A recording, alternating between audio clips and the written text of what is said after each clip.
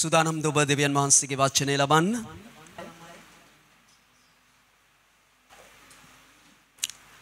Hallelujah. අද උදෑසන දෙවියන් වහන්සේගේ ඒ අභිමුඛයේ යාඥාවෙන් උන්වහන්සේත් එක්ක සිටින විට උන්වහන්සේ දෙයක් මට කතා කළා. මම මේ සතියේ දේශනා කරන පණිවිඩයට සූදානම් වුණේ ගිය සඳුදා. සඳුදා සිට මේ පණිවිඩෙත් එක්ක මම හිටියා. හැබැයි උදේ වෙද්දී සුදාත්මයන් වහන්සේ මට වෙනස් පණිවිඩයක් දුන්නා ඔබත් එක්ක බෙදා ගන්නට. ඔබ හොඳට අහලා තියෙන ඒ වගේම දන්න පණිවිඩයක්. නමුත් සුදාත්ම වහන්සේ මට මේ දේ කතා කළ නිසා මම මේ කාරණේ ඔබ වෙතට ගෙනෙන්න බලාපොරොත්තු වෙනවා. හාලෙලූයා. හාලෙලූයා. මොතක් අපි අන් භාෂාවෙන් කතා කරමු. ඔබ කතා කරන්න ඔබ වචනේ ලබා ගන්නට යනවා. වචනේ ලබා ගත්තේ නැත්නම් කිසි දෙයක් ඔබ ලබන්නට යන්නේ නැහැ. ඔබ හිස්ව හැවිත් හිස්ව යනවා. එනිසා ඔබ අන් භාෂාවෙන් කතා කරන්න. මේ වචනය ඔබට එළිදරව් වන පිණිස රෙබෙකනා ශිකරබානා රෙබෙකල්ලරණ කතලා රෙබෙකම් ත්‍රණ කලකතන රබිකන ශිකර බරකතලා රෙබෙකන කතලා රෙබෙකම් ත්‍රණ රෙබෙකන කතලා රෙබෙකම් ත්‍රණ කලකතන ශිකරබම් ත්‍රණ කතලා රෙබෙකන. හාලෙලූයා. සුදෝපියානනේ අපි ඔබේ වචනේ ලබන්නට සූදානම්. අපි දන්නවා අපි ලබන්නට යන්නේ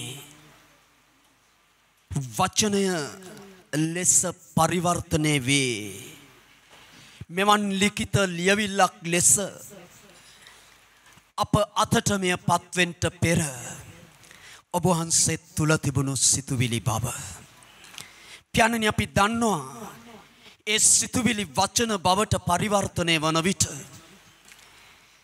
අප ජීවත් වන මේ පෘථුවිය ඇතුළුව මේ පෘථුවිය පවතින විශ්වය එයින් නිර්මාණය වූ බව. අපි දන්නවා ඒ වචන විශ්වාස කරන විට ආදම්ගෙන් පැවතා ස්වභාවය පහවී නව උපාදනයක් අප ලැබුව බව. ඔබ වචනෙන් නිර්මාණය කළ මේ මුළු ලෝකය ගැන කතා කරමින් ඔබ පැවසුවා. ඔබගේ වචනෙන් ඒ බීජයෙන් අපි ලද උප්පත්තිය මේ මුළු ලෝකයට වඩා වටින බව. පියාණනි අපි දැන් ඒ වචනය ලබන්නට සූදානම්. අපි ඒ වචනය ලබන්නට සූදානම්. සුදාත්මනි අපි සූදානම්. ඔබ වහන්සේ අපිට කතා කරන නිසා ස්තුතියි.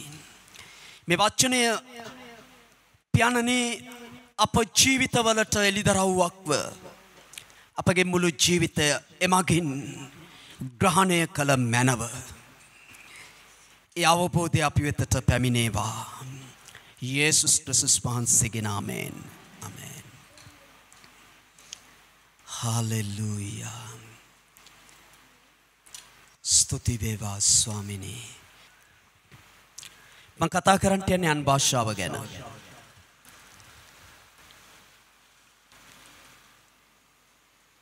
එකපාරට මනසට ගන්න එපා මන් දන්න දෙයක් පාස්ට කතා කරන්න යන්නේ කියලා. මේ අවසානයේ යම් තැනකට මම ඔබ ගේන්න බලාපොරොත්තු වෙනවා. කුමක්ද අන් භාෂාව කියන්නේ? අපි දකිනවා අන්‍ය භාෂාව පිළිබඳ යෙසායා පොතේ අනාගත වාක්‍යයක් සටහන්ව තිබුණත් මිනිසෙක් ප්‍රථම වතාවට අන්‍ය භාෂාවකින් කතා කළා කියලා සඳහන්ව තිබෙන්නේ ක්‍රියාපොතේ දෙවනි පරිච්ඡේදයේ 4 වෙනි පදේ. අපි පදේ කියවමුද? ඔවුන් සියල්ලෝ ශුද්ධාත්මයෙන් පූර්ණව ආත්මයන්න් ඔවුන්ට කතා කරන්නට පුළුවන්කම දුන් ප්‍රකාරයට අන්‍ය භාෂාවලින් කතා කරන්නට පටන් ගත්තෝය. අන්‍ය භාෂාව තුලින් කතා කරපු පළවෙනි අවස්ථාව හැටියට බයිබලයේ ලියවී තිබෙන්නේ මේ අවස්ථාවයි. එතන කියනවා දෙවියන් වහන්සේගෙන් පූර්ණව ශුද්ධාත්මයන්ගෙන් පූර්ණව දෙවියන් වහන්සේ තමන්ට පුළුවන්කම දුන් ප්‍රකාරයට අන් භාෂාවලින් කතා කළා. ඔබ දන්නවද? අන්‍ය භාෂාව කියන්නේ එක ස්වර්ගික භාෂාවක්. ඔබ මගෙන් අහන්න පුළුවන් එහෙමනම් කොහොමද පාස්ටර් එතනට ආපු ජාතින්ට ඒක තේරුනේ කියලා. දැන් මේ ස්ථානයේ ඔබ බැලුවොත් ජාතින් 16ක් 18ක් විතර නියෝජනය වෙනවා. ජාතින් නෙමෙයි භාෂාවන්. බයිබලයේ කියනවා ඔවුන් අන් භාෂාවලින් කතා කරද්දී ඒ ආපු සෙනග ඔවුන්ට සමච්චල් කළ අතර තවත් විටක කිව්වා මීට පෙර කවදාවත් අපි අහලා නැති උසස් අනර්ග වචන වලින් දෙවියන් වහන්සේව වර්ණනා කරනවා අපි අසමුව කියලා. ඒ කියන්නේ උන්ට තේරුණා. ඔබ හයි ස්වර්ගික භාෂාවක් නම් කොහොමද මිනිසුන්ට තේරුනේ? ඔබ දන්නවද මේ පොළවේ නිරේන් ආපු කිසිම භාෂාවක් නැහැ. නිරේ භාෂාවක් තියෙනවා. ඒ දේව වචනයට එකඟ නොවන ලෙස අපි කතා කරන විට අපි මරණීයයි ඍණාත්මකයි කියලා කතා කරන භාෂාව එක නිරේ භාෂාවක්. හැබැයි වෙනත් කිසිම භාෂාවක් නැහැ නිරේන් මිනිසයන් අතරට පැමිණි. එනිසා මේ ලෝකේ සියලු මිනිසුන් කතා කරන භාෂාවන් දෙවියන් වහන්සේ දුන් භාෂාවන්. ඔබ තවත් කල්පනා කරයි භාෂා එක භාෂාවයි පොළවේ තිබුණේ විවිධ භාෂාවන් පොළවේ හටගත්තේ බාබෙල් කොත ගොඩ නැගීම තුල නේද කියලා. එක දඬුවමක් ලෙස නේද පැමිණියේ කියලා. නමුත් මා ඔබට කියනවා එතන ව්‍යවුල්තාවයක් දෙවියන් වහන්සේ ඇති කළත් භාෂාවන් දුන්නේ දෙවියන් වහන්සේ. එනිසා සියලු භාෂාවන් ස්වර්ගිකයි. ඒක පැත්තක්. දැන් මෙතන ඇත්තටම වුන් කතා කළේ ශුද්ධාත්මයන් වහන්සේගේ පැමිණීමත් එක්ක ඔවුන් ලද ස්වර්ගික භාෂාවක්. මෙතන පැතිකඩ දෙකක් තියෙනවා. සමහර නායකයන් කතා කරනවා මේක සියලු මිනිස්යන්ට ඔවුන් කතා කරපු භාෂාවල් ඒ භාෂාවලින් තේරුණ නිසා මේක ස්වර්ගික භාෂාවක් වුණත් ස්වර්ගික භාෂාවන් තුල පොළොවේ මිනිසුන් කතා කරන භාෂාවනුත් තිබෙනවා කියලා. මේක තව පැත්තක් තියෙනවා. දෙවියන් වහන්සේ මෙතනට පැමිණි ජාතීන්ගේ සිත විවර කළා ඔවුන් කතා කරන අන්‍ය භාෂාව තේරුම් ගන්නට. මම ගොඩක් විශ්වාස කරන්නේ මං හිතගෙන ඉන්න ඔය දෙවනි මතය තුල. මොකද බයිබලයේ කියනවා අන්‍ය භාෂාව කාටවත් තේරෙන්නේ නැහැ කියලා. ඒ පදනම මත මම විශ්වාස කරනවා දෙවියන් වහන්සේ ඒ මිනිස්සුන්ගේ සිත් විවර කළා. දැන් තවත් හාස්කමක් උතන තියෙනවා. පේත්‍රස් තමයි දේශනා කළේ. බයිබලයේ කිව්වේ නැහැ. පේත්‍රස් පරිවර්තකයෝ 16 දෙනෙක් 18 දෙනෙක් තමන්ගේ දේශනාව පරිවර්තනය කරන්න එතන අරගත්තා කියලා. හිතන්න 18 දෙනෙක් ගත්තොත් තනි පේත්‍රස් දේශනා කළා ඒ පැමිණි භාෂාවන් 18ක් කතා ඒ කියන්නේ වර්ග 18ක සිටපු සෙනගට තමුන්ගේ භාෂාවෙන් ඒක ඇහුණා. මේ හාස්කම සඳහා පෙරහුරුවක් තමයි අන්‍ය භාෂාව උන්ට අවබෝධ කර ගැනීම. අන්‍ය භාෂාව කියන්නේ ස්වර්ගික භාෂාවක්. ඒ වගේම ඒක දෙවියන් වහන්සේගෙන් ලබන දීමනාවක්. ඒක දෙවියන් වහන්සේගෙන් ලබන දීමනාවක්.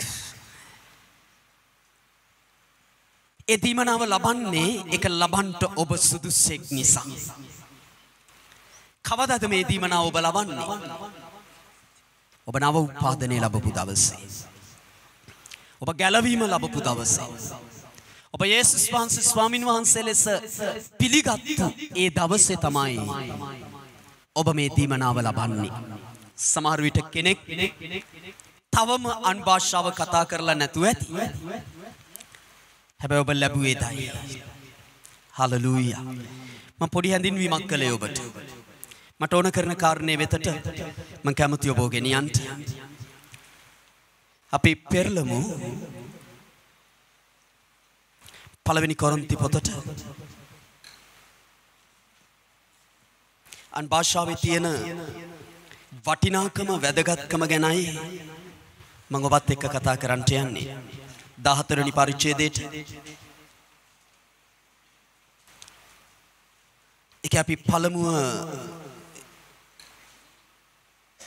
කියවන්ට යනවා දෙවනි පදය. ඊට පස්සෙ 4 වෙනි පදය අපි කියවනවා. මක්නිසාද අන් භාෂාවකින් කතා කරන්නා මනුෂ්‍යයන්ට නොව දෙවියන් වහන්සේට කතා කරන්නේය. ඌ ආත්මයෙන් රහස් කතා කරන නමුත් කාටවත් තේරෙන්නේ නැත. 4 වෙනි පදය අන් භාෂාවකින් කතා කරන්නා තමාම වර්ධනය කරගන්නේය. නමුත් ධර්ම වාක්‍ය පවසන්නා සභාව වර්ධනය කරන්නේය. හොඳින් සවන් දෙන්න. හොඳට අහගන්න. අන්‍ය භාෂාවකින් කතා කරන්නා තමාව වර්ධනය කරගන්නවා. හලෙලූයා. කිදෙනෙකුට වර්ධනය වෙන්න ආසද? අතවනලා පොඩ්ඩක් පෙන්වන්න බලන්න. බයිබලයේ කියනවා ඔබ වර්ධනය වෙන්න කැමති නම් ඔබ අන් භාෂාවෙන් කතා කරන්න අවශ්‍යයි. දේව වචනේ කියන්නේ. ඔබ බැලුවොත් මම හිතන්නේ 14 වෙනි පදේ හෝ 17 වෙනි පදේ පවුල්තුමා කියනවා මම නුඹලා සියල්ලන්ටම වඩා අන් භාෂාවලින් කතා කරනවා කියලා. ඒ පදයත් මට කියන්නේ 18 වෙනි පදය. 18 වෙනි පදේ. නුඹලා සියල්ලන්ට වඩා මා අන් භාෂාවලින් කතා කරන බැවින් දෙවියන් වහන්සේට ස්තුති කරමි. පවුල්තුමා කියනවා නුඹලා සියල්ලන්ටම වඩා. දැන් ඔහු කොරින්ති සභාවට කතා කළත් මම යමක් මෙතනට එකතු කරන්නට කැමති බොහොම සහතිකකමක් නිසකකමක් ඇතුව අනිත් සියලුම අපොස්තුලවරුන්ටත් වඩා. පවුල්තුමා කියනවා. පවුල්තුමා එහෙම කියලා නෑ මෙතන. මම මේ කොටස එකතු කළේ. ඒ කොටස එකතු කරන්නට මට සහතිකකමක් තියෙනවා. ඔහු කියනවා නුඹලා සියල්ලන්ටම වඩා මම අන් භාෂාවලින් කතා කරනවා. හලෙලූයා. කොහොමද අපි දන්නේ? දැන් අන් භාෂාවෙන් කතා කරන්නා තමාව වර්ධනය කරගන්නවා. කොහොමද අපි මේ කතා කරන පවුල්ගේ ජීවිතෙන් දකින්නේ? ඔව් අනිත් හැම කෙනෙකුටම වඩා අනිත් සියලු ප්‍රේරිතයන්ට වඩා අන් භාෂා කතා කළා කියලා. ඔබ දන්නවද? පවුල්තුමා යේසුස් වහන්සේත් එක්ක සේවය කළේ නෑ. ඔහු අපොස්තුලවරු 12 දෙනා අතර සිටියේ නැහැ. ඔහු දැක්කේ නැහැ යේසුස් වහන්සේව. උන්වහන්සේත් එක්ක සේවය කළේ නැහැ. උන්වහන්සේගේ මරණය තුල හිටියේ නැහැ. තැන්පත් කිරීම තුල හිටියේ නැහැ. නැවත නැගිටීම තුල හිටියේ නැහැ. ස්වර්ගහස්ත වෙද්දි අඩු ගානේ ඒ වෙලාවෙවත් උන්වහන්සේව දැක්කේ නැහැ. පෞල්ගේ චරිතය ඉදිරියට එන්නේ යේසුස් වහන්සේගේ ස්වර්ගස්ත වීමත් සමග ස්ථාපිත වූ සභාවට පීඩා කරන්නේ කැටියට. ස්තේපන්ව ගල් ගහලා මරද්දී ඔහු තමයි ඒ ගල් ගස්සනු ලැබූ අයගේ වස්ත්‍ර ප්‍රවේශම් කළේ කියලා දේව වචනේ කියනවා. ඊට පස්සේ නායක පූජකයන්ගේ ලෙවුන් ඉල්ලගෙන ඔහු හැම තැනටම යමින් සිටියා. යේසුස් වහන්සේ අදහන කිතුණුවන්ව අල්ලගන්ට හිර කරන්ට පහර දෙන්ට එතනින් නොනවතී නම් මරන්ට මෙවන් චරිතයක්. බොහොම පස්සේ කිතුණු පිටියට ආපු පුද්ගලෙක්. ඔහු අනිත් සියලු ප්‍රේරිතයන් අභිබවා ගියා. පාස්ටර් ඇන්ඩ්‍රු කිව්වා නම්බර 1 අපොස්තුලවරයා සුදව් පවුල් කියලා. ඔබ දන්නවද? ඔහු පොත් 13ක් හෙබ්‍රෝ පොතත් එක්ක 14ක් ලියනු ලැබූ එකම අපොස්තුලවරයා ඔහු. ඔහුගේ ලියවිලි නැත්නම් කිතුණු සභාවට අත්තිවාරමක් නැහැ. ඔහුගේ ලියවිලි නැත්නම් යේසුස් වහන්සේගේ මරණය හා නැවත නැගිටීම තුල අන්තර්ගත යථාර්ථයන් අද කිතුණු සභාව දන්නේ නැහැ. ඔහුගේ ලියවිලි නැත්නම් නව මැවිල්ල අද පොළොවේ නැහැ. ඔහුගේ ලියවිලි ක්‍රිස්තුස් වහන්සේගේ සභාව යනු කුමක්ද කියන මේ යථාර්ථයන් එලිදරව් කළ ලියවිලි බවට පත් වුණා. මං අනිත් ඒවා සුළු කරනවා නෙමෙයි. නමුත් පෞල්ගේ ලියවිලි වල තමයි මං කිව්ව මේ බොහෝ දේවල් අන්තර්ගතව තිබෙන්නේ. ඒ විතරක් නෙමෙයි. ක්‍රියාපොතේ පළවෙනි පරිච්ඡේදයේ 8 වෙනි පදයේ විය යුතු දෙයක් ගැන එතන කියනවා යේසුස් වහන්සේ නුඹලා යෙරුසලමේද යුදයේද සමාරියේද පොළොවේ සීමාන්තයේද දක්වා සුභාරංචිය ගෙනියන්න. ඔබ දන්නවද ක්‍රියාපොත අවසන් වෙන්නේ එවකට තිබිච්ච ලෝකේ අන්තය වූ රෝමයට සුභාරංචිය ගිහිල්ලා. ඒ අන යේසුස් වහන්සේ කරන විට පවුල් හිටියේ නැහැ. හැබැයි මේ අනාගත වාක්‍ය තමන්ගේ කාලය තුල තමන්ගේ ජීවිතෙන් සම්පූර්ණ කළ එකම මිනිසයා පවුල්. ඔහු තමයි විශිෂ්ට ගෝලයන් සභාවට බිහි කළේ. මොකක්ද රහස? ඔහුගේ වර්ධනය වීම. රහස ඔහුගේ වර්ධනය. ඔහුගේ රහස්‍ය වර්ධනය අන්‍ය භාෂාව. හලෙලූයා. නැවත අහන්න කැමති. කීදෙනෙක් වර්ධනය වෙන්න කැමතිද?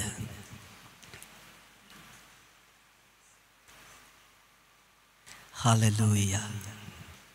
දැන් වර්ධනය කියද්දි මම ඔබට තවත් වෙනස් පැත්තක් පෙන්වන්නට යනවා. මෙතන කියනවා අන් භාෂාවෙන් කතා කරන්න තමා වර්ධනය කරගන්න. ඔබ කියන්නේ කවුද? සැබෑ ඔබ කියන්නේ ආත්මය. ඒ වචනේ දාන්න ඕනේ. ඒක තේරුම් ගන්න. සැබෑ ඔබ ප්‍රාණයක් ඇතුව ශරීරයක ජීවත් වෙනවා. දැන් මෙතන ඔබ වර්ධනය වෙනවා කියලා කියද්දී මූලිකයි ආත්මය. මොකද ඔහුයි සැබෑ මිනිසයා. ඔබ ශාරීරිකව ලෙඩෙක් නම් ඔබට පුළුවන් ද දේව වචනේ කියන එම වර්ධනයට එන්න? ඔබේ සැබෑ වර්ධනය කියන්නේ ඔබ ජීවත් වෙන අරමුණට ප්‍රවේශ වීමයි. ඔබ ජීවත් වෙන අරමුණ ඇවිත් සමගි කිරීමේ සේවය උදෙසා. ඔබ ජීවත් වෙන අරමුණ දේව රාජ්‍ය උදෙසා. ඒ තුල තියෙන වැඩේට ඔබගේ ප්‍රවේශයයි ඔබගේ වර්ධනය කියන්නේ. ඔබ රෝගී තත්වයක ඉන්නවා නම්, රෝගයකින් ඉන්නවා නම් ඔබට පුළුවන්ද ඔබ වර්ධනය වෙලා ඉන්නවා දකින්න? ඔබ මානසිකව වැටිලා ආර්ථිකය නිසා හෝ පවුලේ වාතාවරණය නිසා හෝ ඔබ මේ වගේ වාතාවරණයකින් ගමන් කරන කෙනෙක් නම් ඔබට වර්ධනය වෙන්න පුළුවන්. මම ඔබට පෙන්වන්නේ මේකයි. අන් භාෂාවෙන් කතා කරන්න තමාම වර්ධනය කර ගන්නවා කියන විට දෙවියන් වහන්සේගේ ප්‍රධාන පරමාර්ථයට ප්‍රවේශය ගෙනෙන හැම පැතිකඩක්ම ඔබේ ජීවිතේ වර්ධනය වෙන්න යනවා. ඔබ රෝගීව සිටිනවා නම් ඒකට දිය යුතු හොඳම ඖෂධය අන් භාෂාවෙන් යාඥා කිරීම. ඔබේ ආර්ථික වැටීමට, පවුලේ සමාදානයට, ඔබගේ වාතාවරණයන් තත්වයන් දෙවියන් වහන්සේගේ ක්‍රමයට වෙනස් වෙන්න ඔබට අවශ්‍ය කරන්නේ අන් භාෂාවෙන් යාඥාවයි. ඔබ දන්නවද අන් භාෂාවෙන් යාඥා කරන විට ඔබේ ආර්ථිකය නැගිටිනවා. ඔබේ නිරෝගීකම හට ගන්නවා. සමාදානය හට ගන්නවා. ඔබ දන්නවද බය ඉවත් වෙනවා. ඔබට පෙනේ යන මග මරණ සෙවණක් කියලා. නමුත් ඔබ ප්‍රීතියෙන් නිර්භීතව ගමන් කරන්නට යනවා.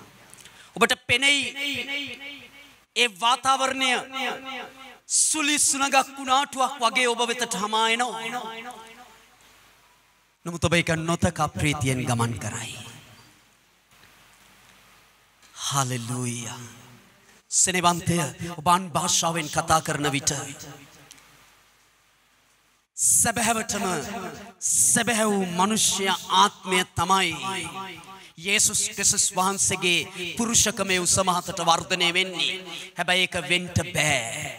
ප්‍රාණයේ ශේස්ත්‍රය, ශරීරයේ ශේස්ත්‍රය ආත්මයක් සමග එකඟ නොවේ නම්, වර්ධනය නොවේ නම්, එනිසා මේ හැම ශේස්ත්‍රයක් තුලින්ම ඔබ නැගිටිනවා, ඔබ වර්ධනය වෙනවා. හලෙලූයා. එනිසා අන් භාෂාවෙන් කතා කිරීම ඉතාමත්ම අවශ්‍යයි. ඔබ පුද්ගලිකව ඔබේ ආඥාව ඒක අන්‍ය භාෂාවේ ආඥාවක් වීමට අවශ්‍යයි. දැන් දෙවනි පදේ අපි තවත් දෙයක් කිව්වා. ඒ කියන අන් භාෂාවකින් කතා කරන්න කාටද කතා කරන්නේ? දෙවියන් වහන්සේට. ප්‍රශ්නයක් ඇති කරගන්න එපා. අපි අපේ භාෂාවෙන් සිහි කල්පනාවෙන් යාඥා කරන විට කාටද කතා කරන්නේ කියලා. ඒ දෙවියන් වහන්සේටම තමයි. හැබැයි අපි සිහි කල්පනාවෙන් යාඥා කරන විට අපේ සිහි කල්පනාව වෙනතකට ගියොත්, අපි සිහි කල්පනාවෙන් කරන යාඥාවක් යන්නේ එතනට. තේරුණාද මම ඔබට කියන දේ? ඔබ සිහි කල්පනාවෙන් යාඥා කරනවා තමන්ගේ රෝගී තත්වය ගැන. එවිල ඔබේ මතකෙට එනවා වෛද්‍යවරු ඔබට කියපු දේ. රෝගයත් එක්ක ඔබ ආපු කාලය, ඒ ගැන ඔබට දැනෙන දේවල්. දැන් සිහි කල්පනාව කොහෙද තියෙන්නේ? මම ඒකයි ඔබට කිව්වේ. අපි සිහි කල්පනාවෙන් යාඥා කරන්න ඕනේ. අපි රැස් වෙන විට සභාව තුල, අපේ සේවාවන් රැස්වීම තුල, අලුත් අය අපිත් එක්ක හිට ගන්න අවස්ථා තුල, හැබැයි අපේ පුද්ගලික යාඥාව අන්‍ය භාෂාවේ යාඥාවක් වෙන්න ඕනේ. අපිට ප්‍රකාශන කරන්න ඕනේ අන්‍ය භාෂාවත් එක්ක. සිහි කල්පනාවෙන් යාඥා කරන විට ඒ සිහි කල්පනාව දෙවියන් වහන්සේ කෙරෙහිම උන්වහන්සේගේ වචනය කෙරෙහිම ඔබ තබා ගන්න ඕනේ. බිඳීමක් කර නොගෙන. එවිටයි ඒක උන්වහන්සේ වෙතට එසවෙන්නේ. හැබැයි ඔබේ සිහි කල්පනාව විනාතකට යද්දී ඒ අනාතයට තමයි ඔබේ ආඥාවත් යන්නේ. හැබැයි අන් භාෂාව එහෙම නැහැ. ඒ කියන්නේ සිහි කල්පනාව කොහේ හරි තියාගෙන අන් භාෂාවෙන් යාඥා කරන්න පුළුවන් කියන එකත් නෙමෙයි මම කියන්නේ. ඔබ අන්‍ය භාෂාවෙන් යාඥා කරමින් ආත්මයන්න් වහන්සේත් එක්ක ඔබ හිට ගන්න වෙලාවේ බයිබලයේ කියනවා සිහි කල්පනාව ප්‍රයෝජනවත් නැහැ. සිහි කල්පනාව ප්‍රයෝජනවත් නැහැ කියන්නේ ඔබේ සිහි කල්පනාවත් ඒ අන්‍ය භාෂාව තුලදී ආත්මය සමග එක්වන විට ඒ එලිදරව්ව සම්පූර්ණ ග්‍රහණය කරන්නට යනවා. ඔබේ මනසත් සම්පූර්ණ ග්‍රහණය වෙන්න යනවා. එනිසා භාෂාවෙන් යාඥා කරන්න කෙලින්ම ඍජුවම දෙවියන් වහන්සේ සමග කතා කරන පුද්ගලයෙක් වෙනවා. එකෙන් වන වැදගත් දෙයක් තිබෙනවා. මෙතන කියනවා උන්වහන්සේත් එක්ක මොනවාද කතා කරන්නේ? රහස්. හලෙලූයා. අපි රහස් කතා කරන්නේ අපේ විශ්වාසවන්තම කෙනත් එක්ක. කවදාවත් රහසක් එක රකින්ට බැරි පුද්ගලයෙක් එක්ක අපි කතා කරන්නේ නැහැ. හලෙලූයා. ඔබ මාත් එක්ක දින්නේ රහසක් අපි කතා කරන්නේ විශ්වාසවන්ත කෙනෙක් එක්ක. ඔබට අවස්ථාව දී තිබෙනවා ඒ දෙවියන් වහන්සේගේ විශ්වාසවන්තයා වෙන්න. ඒක මොන වටිනාකමක්. උන්වහන්සේත් එක්ක රහස් කතා කරනවා. ඒ මතක තියාගන්න අපිට නෙමේ රහස් තියෙන්නේ. ඒකේ පැතිකඩ දෙකක් තියෙනවා. දේවල් රහසක්ව තිබෙන්නේ අපිට තමයි. හැබැයි රහස් කතා කරන්න යන්නේ අපි නෙමේ. දෙවියන් වහන්සේ. මම පැහැදිලි කරන්නම් ඔබට. මෙතන කියනවා අන්‍ය භාෂාවෙන් කතා කරන්න රහස් කතා කරනවා. දෙවියන් වහන්සේත් එක්ක. මොනවාද මේ රහස්? ඇත්තටම දෙවියන් වහන්සේට අපිත් එක්ක කතා කරන්න රහස් තිබෙනවද? හොඳට අහගන්න. දෙවියන් වහන්සේට අප සමග කතා කරන්නට රහස් තිබෙනවද? ඔබ දන්නවද දෙවියන් වහන්සේට එකම එක රහසක් තිබුණා. මෙතන රහස් නෙමේ නිවැරදි වචනය අභිරහස්. මිස්ට්‍රි කියන ඉංග්‍රීසි වචනය තිබෙන්නේ. දෙවියන් වහන්සේට එකම එක අභිරහසක් තිබුණා. එලිදරව් නොකරපු. මොකක්ද? අපි පෙරලමු කොලොස්සි පොතට. කොලොස්සි පළවෙනි පරිච්ඡේදයේ 25 වෙනි පදය අපි කියවමු ඉස්සල්ලා. పూర్ව කාලවලද පරම්පරාවලද පටන් සැඟවී තිබී දැන් දෙවියන් වහන්සේගේ ශුද්ධවන්තයන්ට ප්‍රකාශ වුණා වූ රහස වන ආමෙන්. එතන කියනවා పూర్ව කාලවලත් සියලු පරම්පරාවන් වලටත් සැඟවී තිබුණු අභිරහසක්. ඒ කියන්නේ මීට පෙර තිබුණු කිසිම කාලයක ඒක එලිදරව් වුණේ නැහැ. එලිදරව් කළේ නැහැ. ඒ කාලයන් තුල හිටපු සියලුම පරම්පරාවන් වලට මේක සැඟවිලා තිබුණා. සංගවලා තිබුණා. මේ කතා කරන්නේ පරණ ගිවිසුමට අයත් ජනතාව ගැන. දෙවියන් වහන්සේ ඔවුන්ට යමක් සංගවලා තිබුණා. 26 වෙනි පදය දෙවියන් වහන්සේගේ වචනය සම්පූර්ණ කිරීමට නුඹලා උදෙසා මට දෙන ලද උන්වහන්සේගේ ගබඩාකාරකමේ හැටියට සභාවේ සේවකයෙක් කරනු ලැබීමි. දැන් මේ පදේ ගැන කතා කරන්න ඉස්සෙල්ලා මම 25 වෙනි පදයට යමක් එකතු කරන්නම්. එතන කිව්වා పూర్ව කාලවල සියලු පරම්පරාවන් වලට මේ රහස සැඟවී තිබුණා. දැන් පෙරලන්න යන්න එපා මේ පදේ ලියා ගන්න. පළවෙනි පේත්‍රස් පළවෙනි පරිච්ඡේදයේ 10 ඉඳලා 12 දක්වා කියවද්දී එතන කියනවා යේසුස් වහන්සේගේ වද විදීමත් එයින් පසු පැමිණෙන තේජසේ කාලය ගැන පරණ කිවිසුමේ අනාගත වක්තෘවරුන් අනාගත වාක්‍ය කිව්වා. ඒ කියන්නේ මේ දෙවියන් වහන්සේ සංගවා තිබිලා අලුත් කිවිසුමට එලිදරව් කරන්නට යන මේ අභිරහස ගැන පරණ කිවිසුමේ ජනතාව අනාගත වක්තෘවරු අනාගත වාක්‍ය කිව්වා. අනාගත වාක්‍ය කියපු මේ නායකයන් හෙව්වා මේ කවර කාලයක් ගැන කවුරුන් ගැනද කියන්නේ කියලා. මුදේව වචනේ කියනවා ඒක උන්ට එලිදරව් වුණේ නෑ කියලා. අනාගත වාක්‍ය කිව්ව අනාගත වාක්‍ය එලිදරව් වුන් ලැබුවේ නෑ.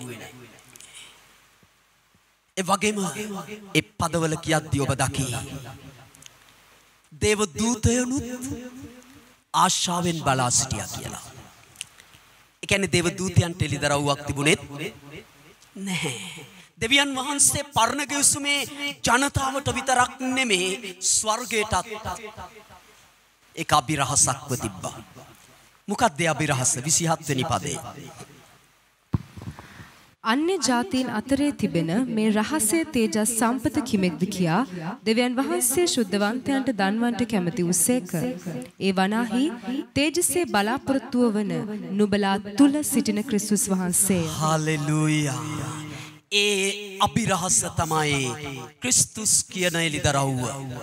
අපි මේවා ගැන කතා කරලා තිබෙනවා. අපි ඉස්සරහටත් තව දුරටත් මේ සත්‍යතාවයන් ගැන කතා කරන්නට යනවා. හාලෙලූයා. ඒ මුළු පරම්පරාවට මේ කාලවලට ස්වර්ගයට සැඟවිලා තිබුණු ඒ අභිරහස තමයි අද අපි තුල වාසය කරන ක්‍රිස්තුස් වහන්සේ පිළිබඳ එළිදරව්ව. එක දවසක් යේසුස් වහන්සේ ගෝලයින්ගෙන් අහනවා මිනිසුන් කියන්නේ කුමක්ද මං ගැන? මං කවුරුන් කියලාද වුන් කියන්නේ? එක එක්කෙනා එක එක කතා කිව්වා. ඔබ යොහන්ද බෞතිස්ත කියනවා, ඔබ එලියා කියනවා, ඔබ අනාගත වක්තෘවරයෙක් කියනවා. මේ ඔක්කොම අහගෙන හිටපු යේසුස් වහන්සේ නැවත අහනවා නුඹලා මං කවුරුන් කියා කියනවාද? එවල පේත්‍රස් ඉදිරිපත් වෙලා කියනවා ඔබ ජීවමාන දෙවියන් වහන්සේගේ පුත්‍රයාණෝ, ඔබ ක්‍රිස්තුස් වහන්සේ. එවල යේසුස් වහන්සේ කියනවා සීමොන් බාරියෝනා නුඹ ආශිර්වාද ලද්දෙක්.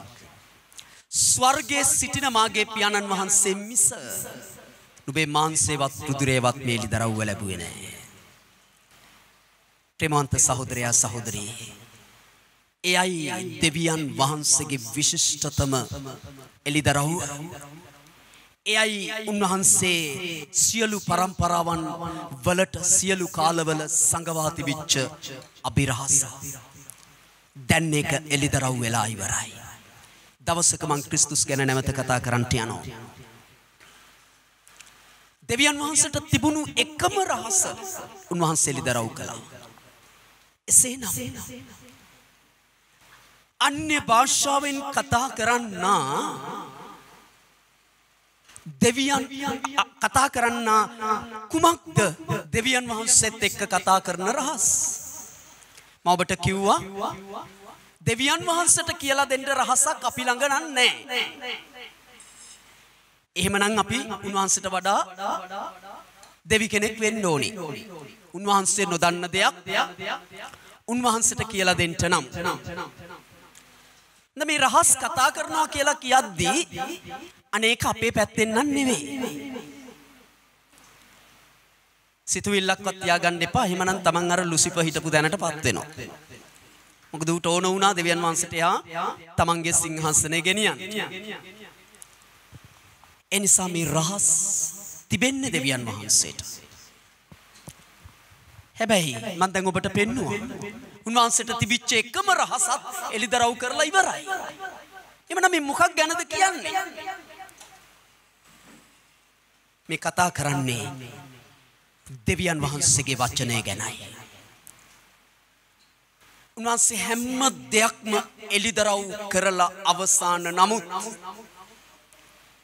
මේ වචනේ අපිට එලිදරව් නොවූ දේවල් තිබෙනවා. ඒවා තමයි අභිරහස්. මේ වචනේ අපිට තවම එලිදරව් නොවූ දේවල් තියෙනවා. හේතුව දෙවියන් වහන්සේව අභිරහසක් කොට තියලා නෙමෙයි. උන්වහන්සේව විවෘත කරලා ඉවරයි. නමුත් අපිට තාම ඒවා එලිදරව් වෙලා නැහැ. අන්‍ය භාෂාවෙන් කතා කරන විට අපිට එලිදරව් වෙන්න යන්නේ ඒ එලිදරව් නොවූ අභිරහස්.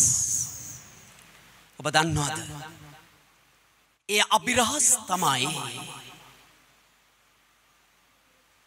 මම මේ ජීවිතේ කවුරුන් විය යුතුද කියන තැනට තලයට මාවගෙන එන්නේ. ඔබ කවුද? ඔබ දෙවියන් වහන්සේගේ පුත්‍රයෙක්. හැබැයි බහුතරයක් තවම ඉන්නේ දරුවන් හැටියට. කෙනෙක් අහන්න පුළුවන් මොකද්ද පාස්ටේ කතාව දරුවන්ට නේද පුත්‍රයෝ කියන්නේ කියලා. හැබැයි ග්‍රීක භාෂාවෙන් එද්දි කතාව ඊට වඩා ගොඩක් වෙනස්. දරුවන්ට කියන්නේ ටෙක්නොන්, පුත්‍රයන්ට කියන්නේ හියොස්.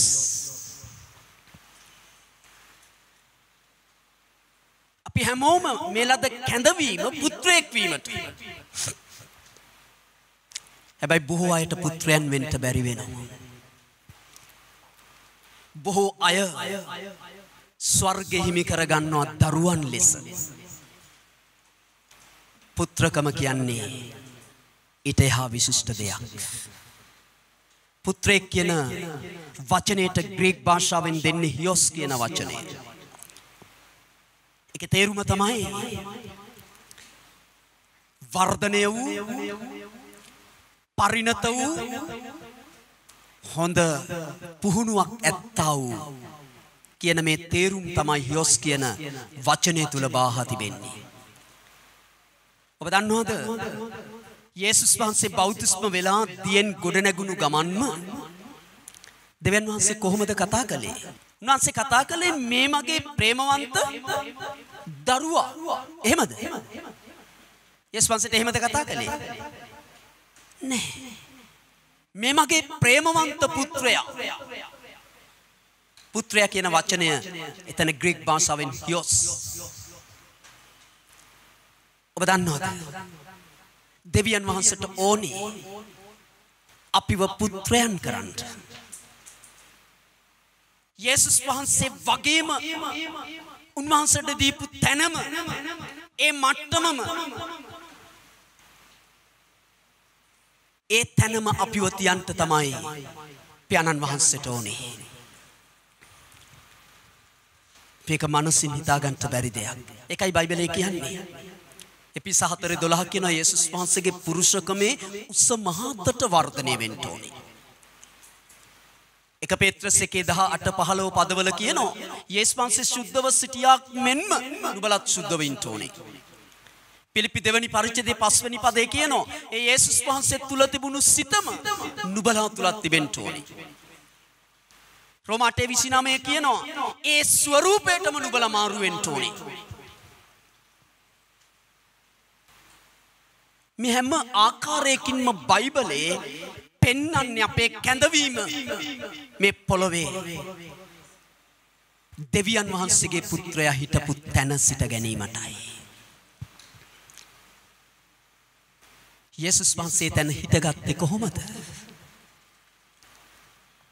උන්වහන්සේට කිසිවක් අභිරහසක්ව තිබුණේ නැහැ. උන්වහන්සේ එකම අවස්ථාවක කිව්වා උන්වහන්සේගේ පැමිණීමේ දවස හද්දී උන්වහන්සේ කිව්වා ඒක මම දන්නේ නැහැ. මොකද එවලි උන්වහන්සේ මනුෂ්‍ය පුත්‍රයා. උන්වහන්සේ කිව්වා ඒක මම දන්නේ නැහැ. මගේ පියාණන් වහන්සේ ඒක දන්නේ.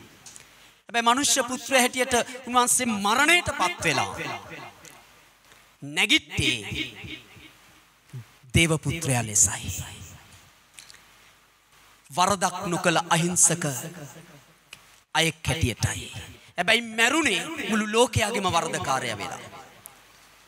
නැවත නැගිට උන්වහන්සේගෙන් ඔබගේ රාජ්‍ය පිහිටවන්නේ කවදාද කියලා අහද්දී උන්වහන්සේ කිව්වේ නෑ මම දන්නේ නෑ කියලා. උන්වහන්සේ කිව්වා ඒක නුඹලට අයිති නෑ. ඔවුන් කල යුතු දේ උන්වහන්සේ උන්ට කිව්වා. සෙනෙවන්ත සහෝදරයා සහෝදරිය. යේසුස් වහන්සේට පියාණන් වහන්සේගේ කිසිවක් අභිරහසක්ව නොතිබුණා නම් ඔබට මට අභිරහසක් වෙන්නත් බෑ. දෙවියන් වහන්සේ කිව්වා නම් ඔබට යේසුස් වහන්සේ වගේම මේ පොළොවේ ජීවත් වෙන්න පුළුවන් කියලා. ඒක පුළුවන්. උන්වහන්සේ කිව්වා නම් යමක් බයිබලයේ කියන උන්වහන්සේ වෙතට එය හිස්ව හැරී නැවි. උන්වහන්සේ කැමති දේ සිදු කොට නියම කළ කාරණය සඵල කරනවා ඇත කියලා. ඒක කරන්න පුළුවන් දෙයක්. කළ හැකි දෙයක්. ඒක වෙන්නේ ඔබ දන්නවද ඔබ වර්ධනය වුණොත්. ඒක සිදු වෙන්නේ ඔබේ වර්ධනයත් එක්ක. ඔබ වර්ධනය වෙන්න නම්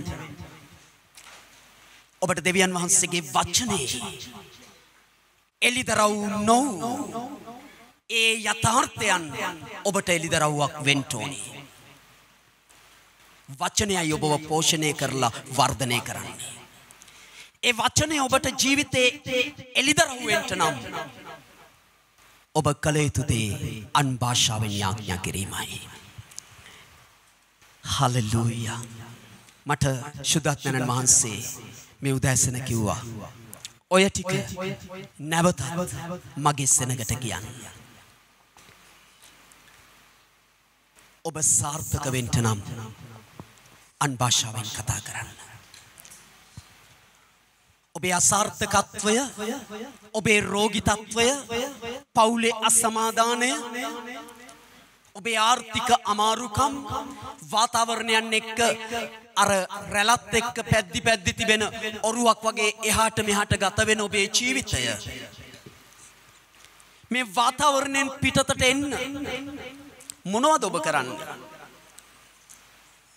ඒ ඔක්කොම නවත්තන්න. ඔබ දන්නවද කිසි දෙයකින් පිටතට එන්න බෑ. ඔබ හිතනවද හොඳ ගෙවල් දොරවල් තියෙන හොඳ යාන වාහන තිබෙන සල්ලි තියෙන මිනිස්සු හොඳට ඉන්නවා කියලා?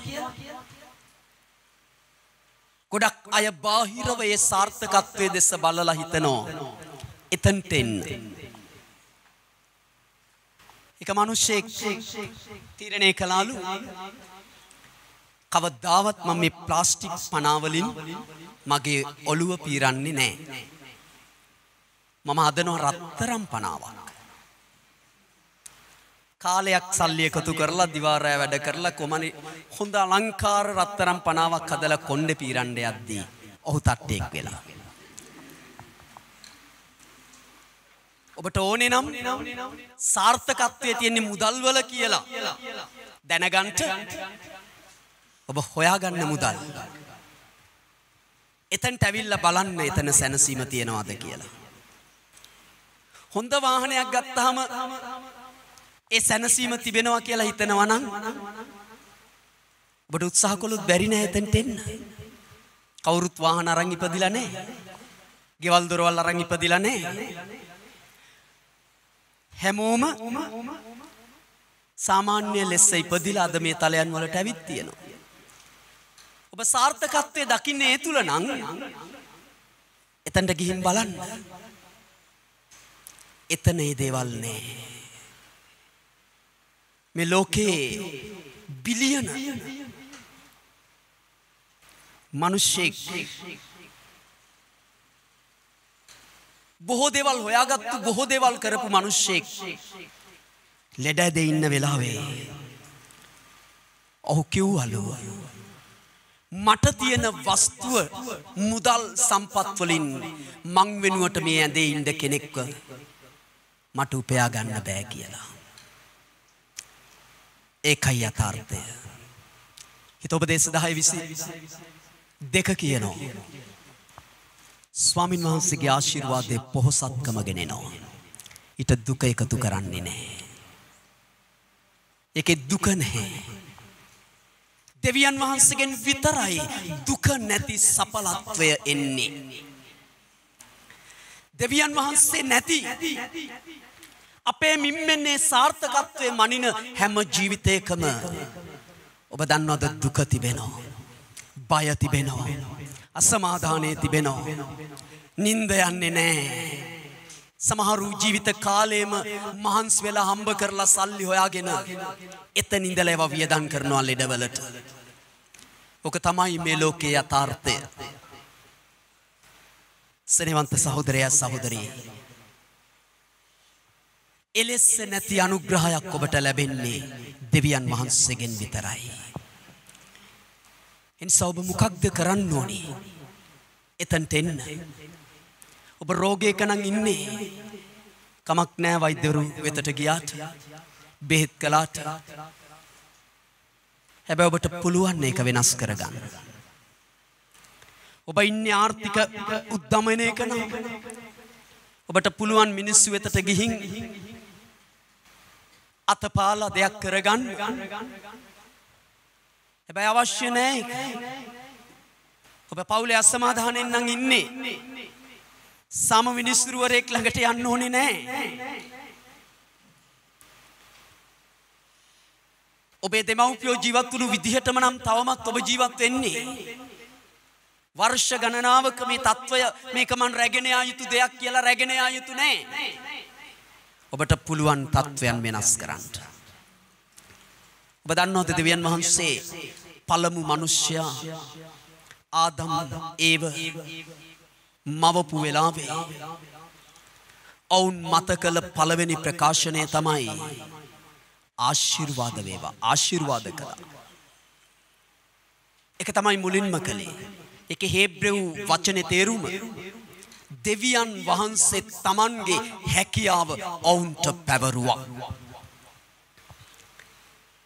පළවෙනි ආදම් ජීවමාන ප්‍රාණයක් ඔහු ඒක නැති කරගත්තා. නැති කරගත්තා කියන්නේ ආධිපත්‍යයේ සාතන්ට පැවරුවා.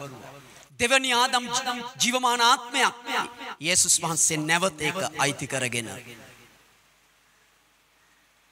සුද්ධාත්මයන් වහන්සේව අපි තුලට එවලා අපි තුල ඒක ස්ථාපිත කරලා තිබෙනවා. ඔබ දෙවියන් වහන්සේගේ හැකියාවක් නැති කෙනෙක්. හැකියා සම්පන්න මිනිස්සු දිහා බලලා ඔබ පුදුම වෙලා මමත් කියලා තියෙනවා අනේ මට මේ හැකියාව නැහැනේ කියලා.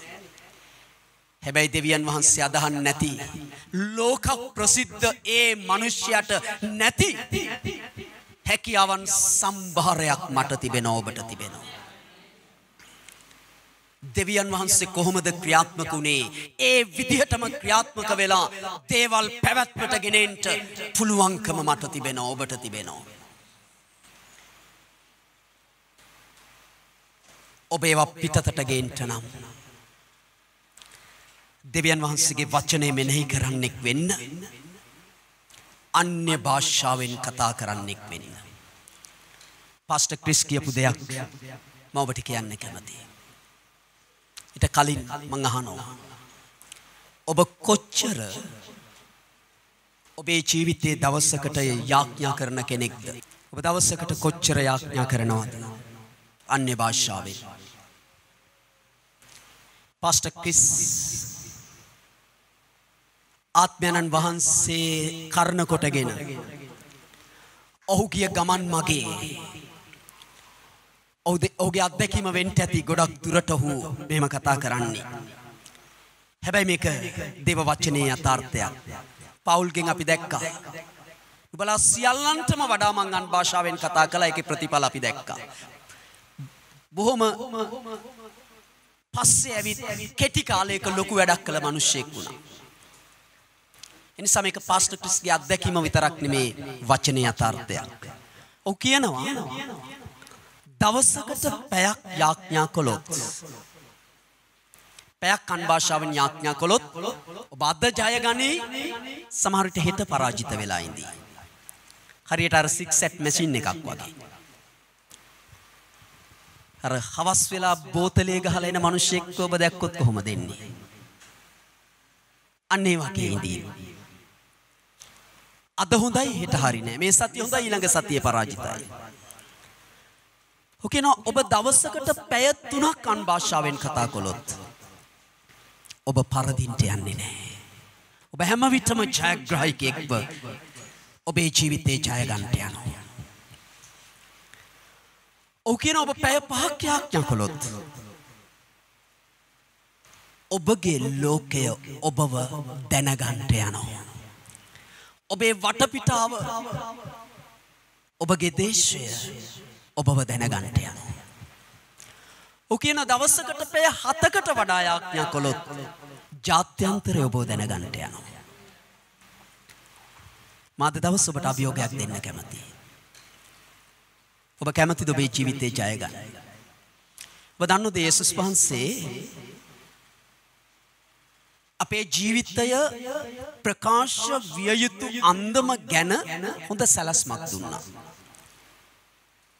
උන්වහන්සේ කිව්වා ඔබ යෙරුසලමෙන් යුදයට යන්න ඕනේ. යුදෙන් සමාරියට යන්න ඕනේ. සමාරියෙන් ලෝකාන්තයට යන්න ඕනේ. ලෝකයට යන්න ඕනේ.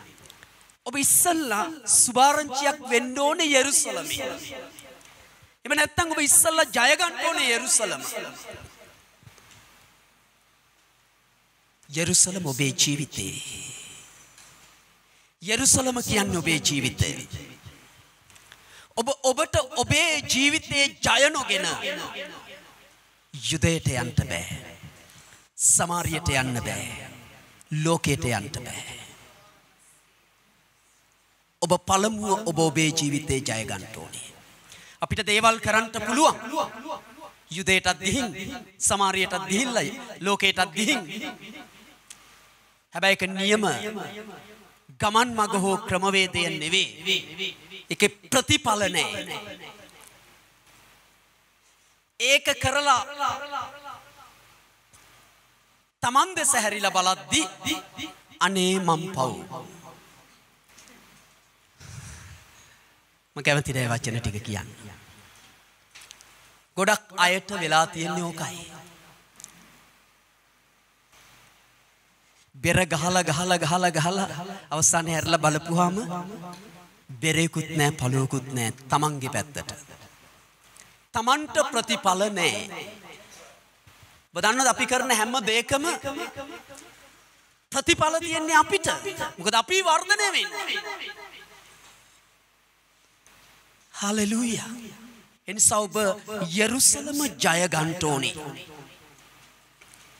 යෙරුසලම කියන්නේ ඔබේ ජීවිතය. ඔබේ අසාර්ථකත්වයේ දේව කැමැත්ත නෙමෙයි. ඔබ යෙරුසලම ජය ගත්තොත් ඔබ යුදයට යනවා. සමාරියට යනවා. ලෝකයට යනවා. එනිසා ඔබේ ජීවිතය ඔබ ජය ගන්න ඕනේ. ඔබ ජීවිතේ ජය ගන්නට නම් ඔබන් භාෂාවෙන් යාඥා කරන්නෙක් වෙන්න. ඔබ දන්නවද ඔබ සුද්ධාත්මයන් වහන්සේ තමයි ලෝකින්න හොඳම ගුරුවරයා. හොඳම කර්තෘන් වහන්සේ. හොඳම ව්‍යාපාරික උපදේශකයා. හොඳම විශේෂඥ වෛද්‍යවරයා. සුද්ධාත්මයන් වහන්සේ තමයි හොඳම ඇඩ්වොකේට්. මේ ලෝකේ යම් තනතුරු දරන විශේෂඥයා ඉන්නවද?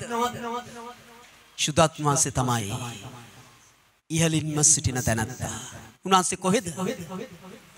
ඔබ තුලයි මන් තුලයි. ඔබ අන් භාෂාවෙන් යාඥා කරද්දී උන්වහන්සේගේ එක උපදේශක් ඇති මේ ශ්‍රී ලංකාවෙම ඉන්න කෝටිපතියා වෙන්න ඔබට. සුද්ධාත්ම වහන්සේ නියම වෙලාවේ කියයි දැන් අර්ධේ මිලදී ගන්න, මේ දෙයට අත ගන්න, මේ පියවර ගන්න කියලා නියම වෙලාවේ කියයි. මලට ඒ වෙලාවේ ඒ කරන්ට කියන දේ ලෝකෙ පැත්තෙන් අසාර්ථක වෙගෙන යන වෙලාවක්. හැබැයි උන්වහන්සේ කියයි ඔබට අත ගන්න කියලා. කානාන් දේශයේ හිටපු ඒ සිටපු හැම සෙනගම නියගයක් නිසා තමන්ගේ දේශය අතහැරලා මිසරයට යමින් සිටියා. දෙවන් වහන්සේ ඊසාක්ට කිව්වා නෑ ඉන්න මේ දේශයේ. උන්වහන්සේ කිව්වා මේ නියගය තුල වගා කරන්න, වපුරන්න. කවුද නියගයක වපුරන්නේ? මම කියන්නේ ඒකයි සුද්ධාත්ම වහන්සේගේ හඬ ගැන. බයිබලයේ කියනවා 100ක් අස්වැන්න ඔහු ලැබුවා කියලා. අර වැන්දපුවට කිව්වා කාලා මැරෙන්න හිටපු අන්තිම රොටියෙන් කොටසක් දෙන්න එළියට. ප්‍රතිඵලය මොකක්ද? නියගේ අවසන් වෙනතුරු මුට්ටියේ පිටි අඩුනෙත් නෑ, කුලාවේ තෙල් අඩුනෙත් නෑ. ඔබ අන්‍ය භාෂාවෙන් යාඥා කරමින් ශුද්ධාත්මයන් වහන්සේ සමග ඔබ නිවැරදි සම්බන්ධතාවයක සහභාගීත්වයක ජීවත් වෙද්දී ඔබ අවුරුදු ගණන් හම්බ කරලා ලබාගත්තු දේවල් උන්වහන්සේගේ එක් උපදේශයකින් නිමේෂයකින් ඔබේ පැවැත්මට ගේන්න පුළුවන්. ඒකයි වැදගත්. අපි බයිබලයේ දකින ශුද්ධවතුන්ගේ ජීවිත ඒ ආකාරයට ජීවිතේ වර්ධනය වෙච්ච අය. බයිබලයේ කියන දර්ශනයක් නැති කල සෙනග හිතුවක්කාර වෙනවා. එතන මේ දර්ශනය කියන වචනයට එන හේබ්‍රෙව් වචනයේ ඉංග්‍රීසි තේරුම තමයි divine communication. සිංහලයට දිව්‍යමය සංනිවේදනය. දිව්‍යමය සංනිවේදනය කායකද? ශුද්ධාත්මයන් වහන්සේත් එක්ක. අපි ගොඩාක් දර්ශන හදා ගන්නවා. තාකට් හොඳයි ඒවා. එල්ලයන් තියාගන්න ඕනේ. හැබැයි ඕන දර්ශනය අපිට නැති වුණොත් මොන දර්ශන තිබුණත් මොන එල්ලයන් තිබුණත් ඒවට ළඟා වෙන්න මොනතරම් සාර්ථක උපක්‍රම අපි තියාගත්තත් ඒ තැනට එන්නත් පුළුවන්. ඇවිත් ගත කරන්නට යන්නේ අර මම පෙර කිව්වා වගේ ජීවිතයක් තමයි. ඉඳ ශුද්ධාත්ම වහන්සේ අපිට දීලා තියෙන්නේ සනසිලිකාරය කියන වචනය තුල අන්තර්ගත යථාර්ථයන් 6ක් ගැන කතා කරනවා. උන්වහන්සේ තමයි අපේ උපකාරය. උන්වහන්සේ තමයි අපේ මැදහත්කරු. උන්වහන්සේ තමයි අපේ නීතිඥයා. උන්වහන්සේ තමයි අප ළඟින් සිටින්නා. උන්වහන්සේ තමයි අපේ ගුරුවරයා. අප වෙනුවට පෙනී සිටින්නා. ශක්තිමත් කරන්න. සැනසිලි කරු කියන වචනයට ග්‍රීක භාෂාවෙන් එන තේරුම් මේ. උන්වහන්සේ අපි තුල ඉන්නේ මේ දේවල් අපිට කරන්නට. ඉතින් උන්වහන්සේත් එක්ක වර්ධනය වෙන්න තීරණය මම ගත්තා. උන්වහන්සේගේ හඬ අසන්න. යේසුස් වහන්සේ කියන උන්වහන්සේ කරපු හාස්කම් ගැන, කළ සේවය ගැන කියනවා. උන්වහන්සේ කියන මං කිසිවක් තනිවම කළේ නැහැ. මගේ පියාණන් වහන්සේ උන්වහන්සේ කතා කළේ තමන් තුල හිටපු ශුද්ධාත්ම වහන්සේ ගැන. උන්වහන්සේ මා සමග කරනවා දුටු දේවල්, දැකපු දේවල් පමණයි උන්වහන්සේ කළේ කියනවා. එච්චර සංවේදීතාවයක් යේසුස් වහන්සේට ශුද්ධාත්ම වහන්සේ සමග තිබුණා. ප්‍රතිඵලය මොකක්ද? සියලු ධන ඒ නමට නැමෙනවා. සියලු දෙව් උන්වහන්සේ යේසුස් වහන්සේයි කියන්ට යනවා. එනිසාන් භාෂාවෙන් කතා කරන්න. පැය 3ට සීමා වෙන්නත් එපා. ලැබෙන හැම විටකම ඔබ ජීවිතේ ගත කරන හැම මොහොතකම ඒ සම්බන්ධතාවය තිබෙන්න ඕනේ. හාලෙලූයා.